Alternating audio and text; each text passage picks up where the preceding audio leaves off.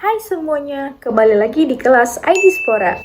Di video sebelumnya kita udah ngebahas tentang UX Research, yaitu bagaimana cara kita ngumpulin dan memahami data pengguna. Sekarang kita bakal lanjut ke tahap berikutnya, karena setelah kita punya data, pertanyaannya adalah bagaimana kita mengolah data tersebut supaya bisa digunakan dalam desain. Nah, coba kita pikir. Hasil dari UX Research itu biasanya berupa apa? Iya, betul. Hasil dari UX Research itu biasanya berupa data atau angka dari hasil wawancara dan juga observasi.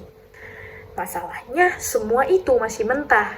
Dia belum bisa langsung jawab, kita harus desain apa. Dan kalau kita tidak punya cara untuk mengolahnya, tim kita bisa kembali ke asumsi. Padahal, tadi kita udah berusaha banget nih untuk menghindari itu. Disinilah kita butuh tools untuk menerjemahkan data menjadi sesuatu yang lebih konkret, yaitu user persona dan user journey. Kita bakal ngebahas dua hal ini secara bertahap. Kita mulai dari user persona. User persona itu adalah cara kita ngerangkum data user menjadi sebuah gambaran pengguna yang lebih jelas.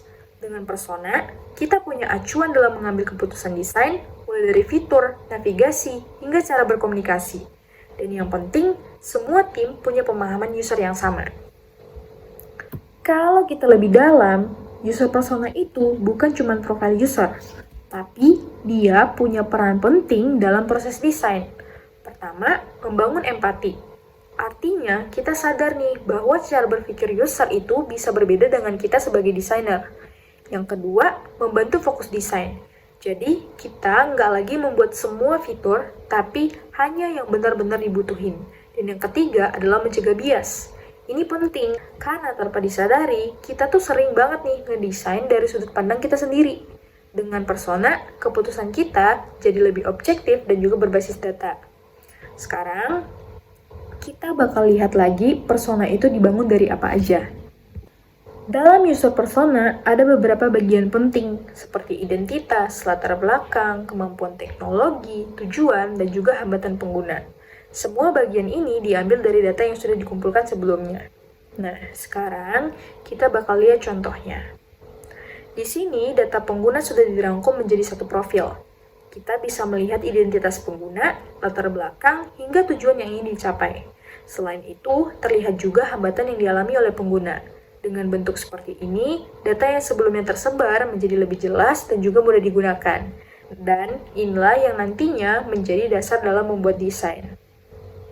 Setelah kita memahami siapa penggunanya, kita lanjut ke hal berikutnya, yaitu bagaimana pengguna tersebut berinteraksi dengan produk.